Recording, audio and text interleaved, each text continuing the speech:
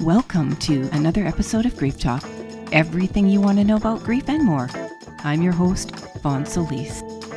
As an author, life transformation coach, online instructor, and bereaved mom since 2005, I'll be bringing you great content that is informative, inspiring, and practical. Whether you have suffered a loss or other adversity, stay tuned and tapped in as I cover a variety of topics to help you get where you want to go on your journey to heal and grow. Okay, so welcome to another episode of Grief Talk, everything you want to know about grief and more. I am your host, Vaughn Solis. And in these episodes I have got a bit of a variety show on this podcast where I interview guests who share their stories to inspire others. I have personal coaches on to talk about different practices that they work with that can help my audience, viewers, and listeners. I do coffee chat episodes where I share bits and pieces about my own story, my own life, and how I have dealt with and learned from my bereavement as a mom who lost her child to suicide in July 2005. My daughter Janaea took her life 17 years ago, and needless to say, it has been a struggle for me. And instead of deciding to just hold all that pain within and do nothing with it, very quickly after my loss, I decided I didn't want to allow her death and her choice to leave the planet to feel like a mistake to me, my family, or anybody. There's a lot of stigma attached to a suicide, and that coupled with losing my child, literally living with knowing that my child chose to die. That has been one of the biggest challenges I have faced in terms of allowing myself to fully heal. So it's all the experiences and the lessons that I have learned and am continuing to learn along my journey to fully heal, if that's even possible. It's a goal, but I'm not saying I'm going to completely achieve it, which would mean fully accepting the loss experience and all that that entails. So in the meantime, it's enough for me to have it as a goal. And that keeps me, basically moving forward, not pushing myself, but just moving forward in a way that I feel is comfortable for me. Sometimes pushes me a little bit because I think that it, as they say, when you're too comfortable, you're not growing.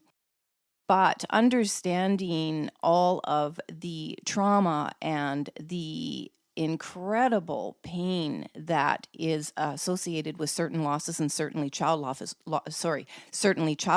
one of those.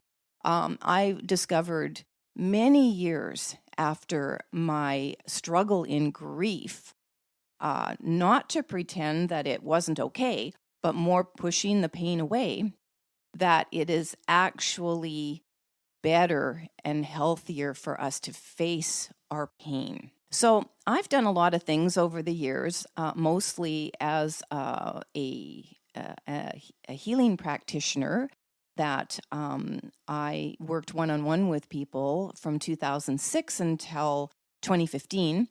And during that period, I wrote my first book, Divine Healing, Transforming Pain into Personal Power. And since then, I've written 2 other books, The Power of Change, and most recently, the one published last year is Lessons in Surviving Suicide, a letter to my daughter.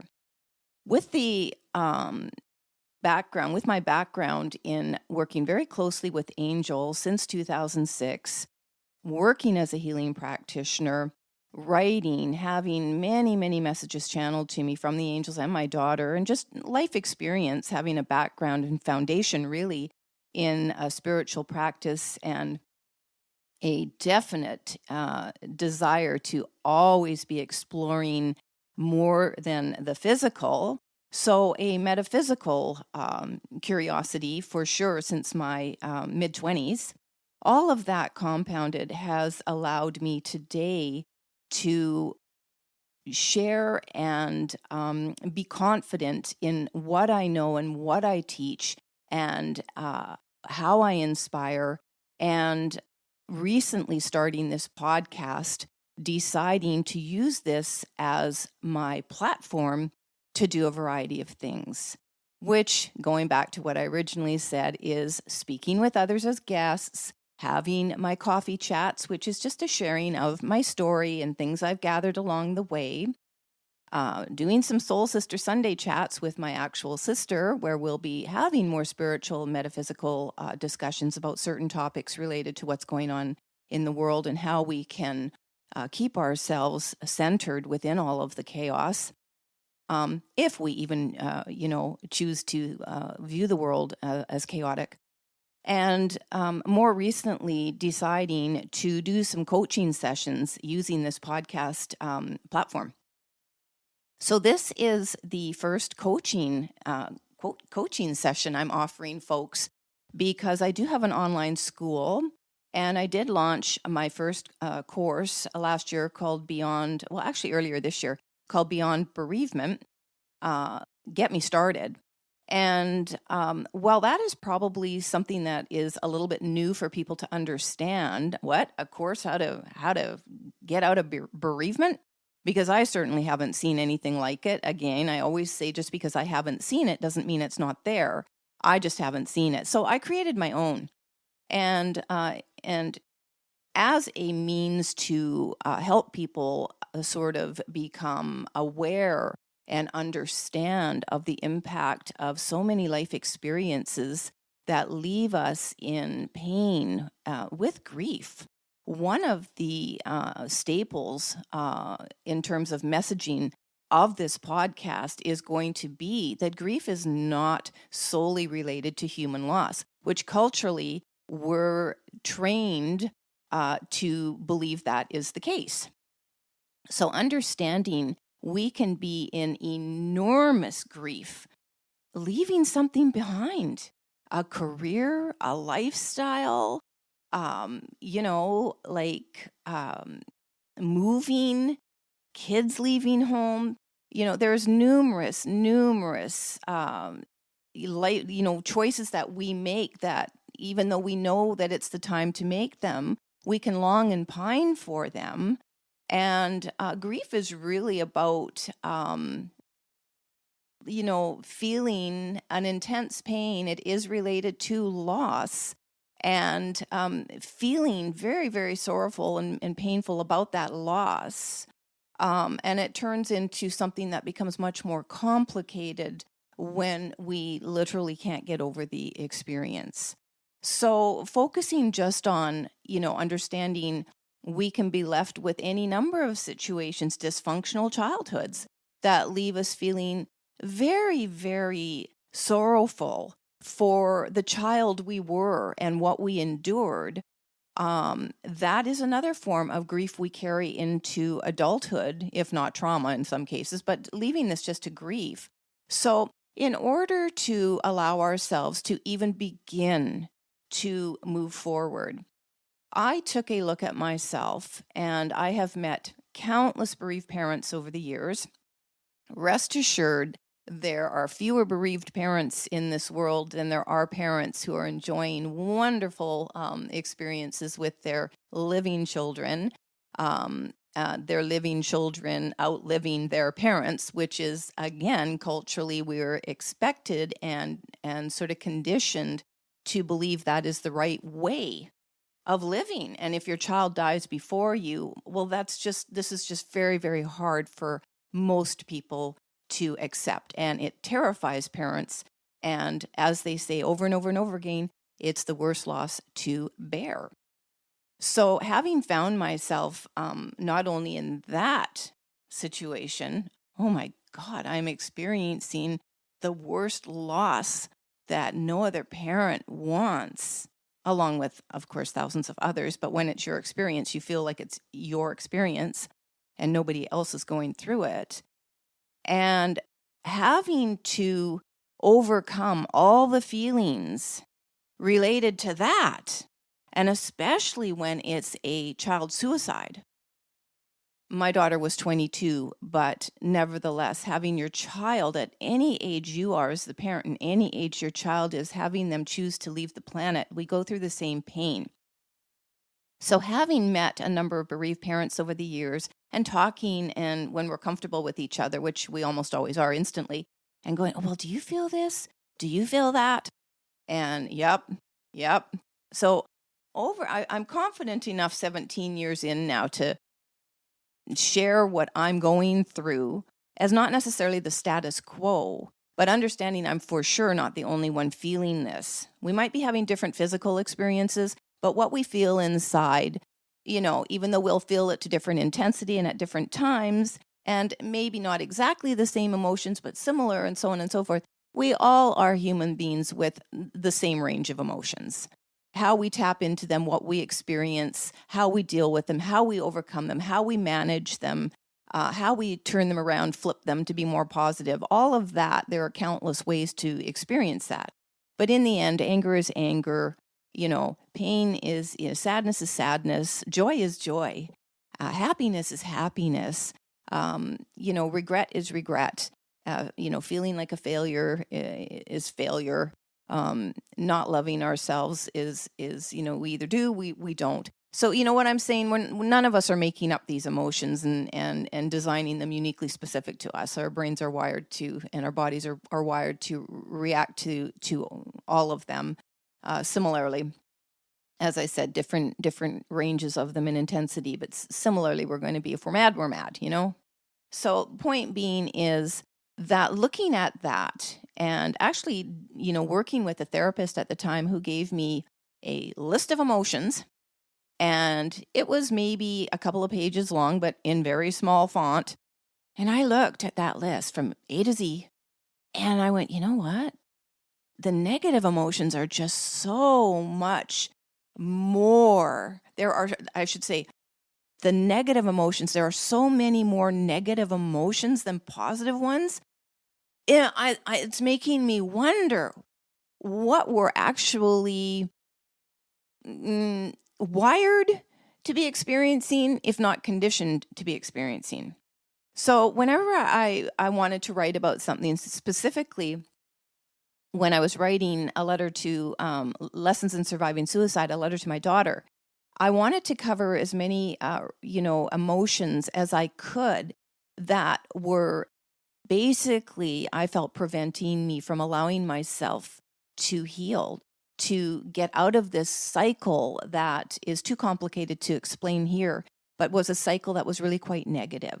And well, on the outside, yes, I was doing very well, and I could function quite well, and certainly helping others was like way easier than digging deep into my own painful emotions, and really what they can do to your body. And sometimes I honestly think little bits of our DNA can change. I don't know about that, but that's what it felt like to me. So that took about 2.5 years to go through all that.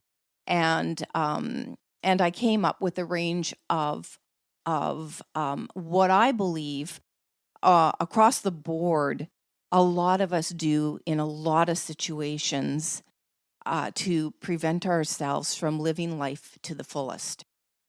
So I thought in this first coaching episode that I would go through at least the first, I'll introduce you to the second, but certainly the first lesson of the 13. There are way more in my book, but I narrowed my online course down to 13 that I thought could apply to most people trying to, well, for sure, overcome, the worst of their grief.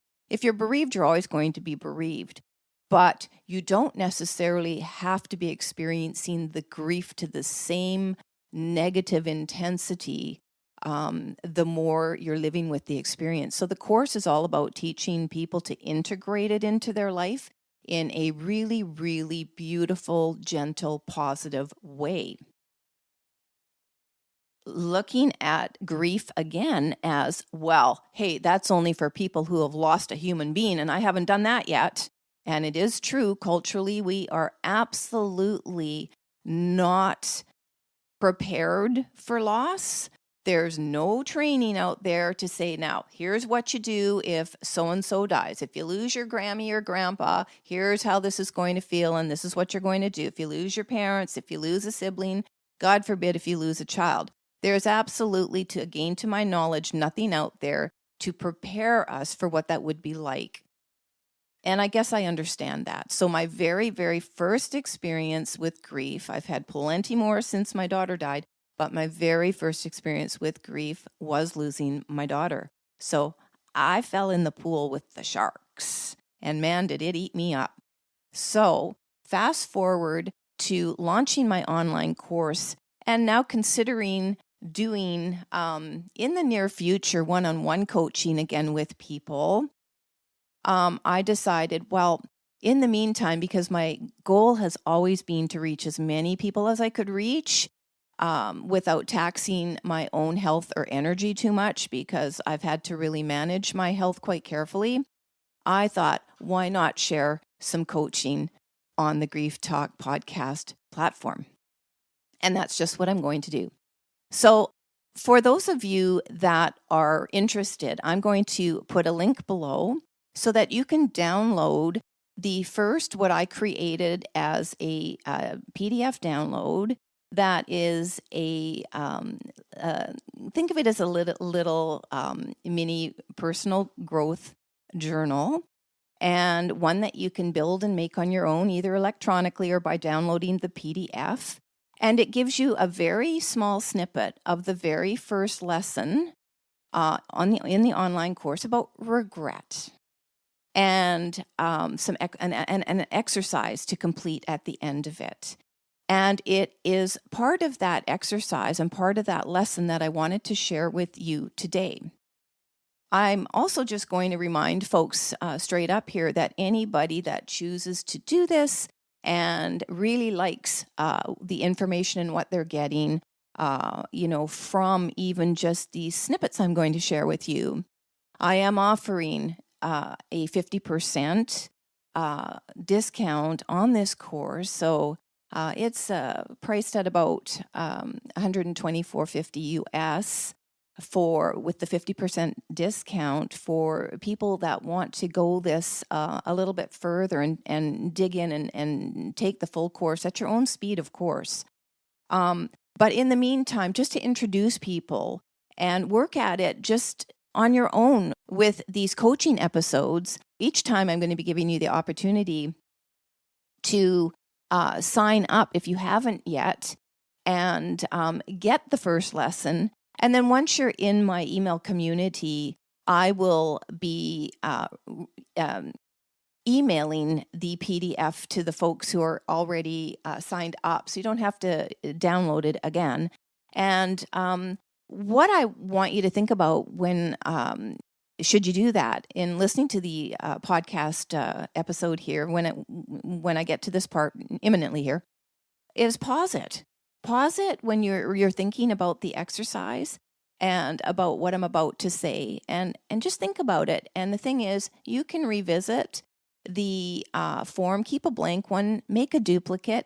You can go back and fill in your answers differently every time you feel a bit stronger and want to look at that a little bit differently. So getting right to it and looking at regret.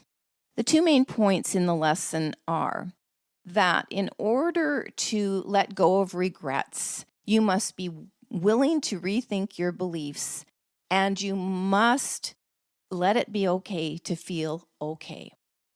Now, on the first point, be willing to rethink your beliefs. My course is all about, over the 13 lessons, teaching you exactly how to change your mindset. So again, whether you're in bereavement from a human loss or you're just stuck in life and you want more, the course basically teaches the same thing. So getting stuck in regret, I could probably talk considerably longer about my own regrets I had for years and years and years after my daughter took her life. She was 22. And when Janaea decided to die, and I had what in my mind was a perfect family, it And because there was no note, and even if there was, of course, I wouldn't share her reasons, but there was no note. There was just simply no explanation for the choice of suicide. And at some point in the future, I've written about this, but in my books and blog, Good Griever blog, I'll put a link to that too. But, it's not, we can't culturally let ourselves off the hook by saying every single person that chooses suicide, they were mentally nuts. They were mentally ill or nuts, It's not that simple. And psychiatrists and therapists are starting to understand that. We're not really, and they've told me that. It's unpredictable. You do what you can as either a medical professional trying to assist, and certainly as parents, we really try, and loved ones, spouses. There are plenty of spouses that end their life, and siblings and parents, and nobody is immune from a loved one being at risk of suicide. So it is unpredictable for every single person. And as I've said before, and I've written about, every single suicide is a shock to every loved one left behind, every friend left behind, every colleague, every family member, and so on, every medical professional. So the point being is, I don't want to talk about that here. What I want to talk about is we're all left with regret. So if we're talking about it in terms of death of a loved one, well, there's plenty of regrets to go around, should have been there, should have done, should have, would have, could have, all of that. Too numerous to go into detail here, and it will be unique and individual for every single one of us. But what isn't unique is the regret. So when I thought long and hard about this in terms of writing lessons in surviving suicide, and I explored deeply, a lot of tears, I shed a lot of tears, but I was really looking at the core of my being and understanding. It wasn't about fixing every single regret. It was about letting go of the regrets I could let go of that day and moving forward. And some may be bigger, well, not maybe. Some are too big for me to let go of right now. So I'm not going to let them go, and I'm going to let it be okay that I can't let them go. But things like that I felt I could let go of, regrets, again, too numerous to explain here, that I could let go of, I let them go. And one of the things that my therapist at the time was talking to me a lot about is you did the best you could with the knowledge you had at that time. And again, while it sounded kind of simplistic for me, and no, I learned a lot in therapy at that time about the self-critic. So I want you to just be aware of that, because not everybody chooses to go to therapy. Not everybody gets an ACE therapist, and not everybody will do the work that normally you will get from working with a therapist. The idea of going to therapy is to actually work on yourself and get better. And not everybody has the money to go to therapy. So while I'm not sharing the therapist's session here, what I'm sharing is that through working with various therapists at different times in my earlier bereavement, and gaining from it what I could, and going, you know what? Yeah, maybe I am a little hard on myself.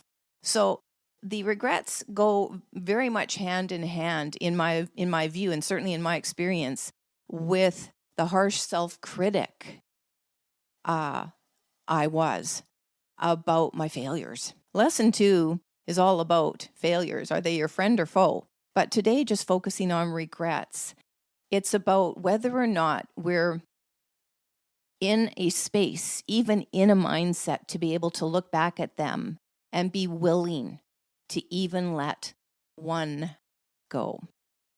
So in order to do that, and in order to change your mindset, you have to be willing to think differently.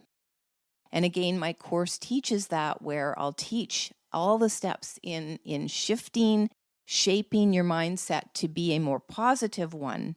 But for now, just saying I am willing to think differently opens the door to that. The second point I want to make about letting it be okay to feel okay.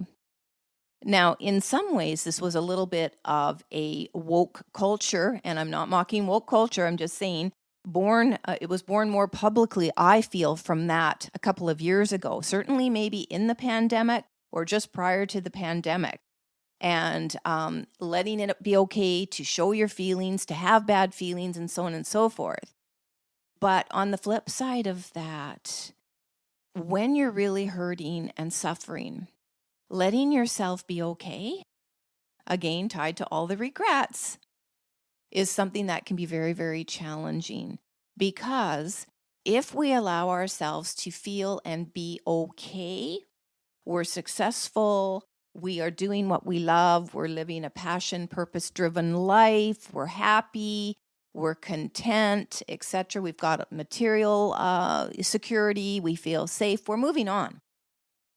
That can feel really like a betrayal to, certainly when we're talking about grief from losing a loved one, to that loved one who has died. And in many ways, if it's not related to a loved one's death, and certainly a child's death, I've met many, many, many, many parents who don't want to allow themselves to feel okay because they're tied to too much guilt and regret to the death of their child. And they basically blame themselves for that death. And of course, I've been no different. I've taken on huge blame for the choice of my child to die and feeling I wasn't there enough for her. But again, sticking to the regrets. So when you look at that regret and it's not related to a human loss, it might be that you don't have enough self-love to allow yourself to feel okay. And that might be tied to a lot of regret to choices you made at whatever age you cognitively started to be fully aware of the life you were shaping, which turned out to be perhaps not the one you really wanted. I dive into all of that throughout the lessons, and I'm going to be touching on that in each of the 13 that I'm going to be mini coaching you with, again, on this podcast, Grief Talk. But for the moment, just to be aware of tapping into the idea of, I can be okay. What would life look like if I allowed myself to feel and be better? And most importantly, just feel okay. Just food for thought. And again, I'm going to end on that note because this download PDF will go through a little bit more and give you the opportunity, asking you to think about the regrets that you're willing to let go of today. That's all you need to do. Again, I'll put that link down below. And thanks for watching. Thanks for listening. I'll be delving into these topics on the regular coffee chat solos too. So don't feel like you missed out anything here, or perhaps I didn't say enough. This is just to get your mindset thinking on a different level, depending, of course, what experiences you're coming from. Some are coming from much more difficult experiences than others. But no matter where you are in your life, as long as you want a better one, there's room for us to rethink our beliefs so that we can grow. Until next time, thanks for watching. Thanks for listening.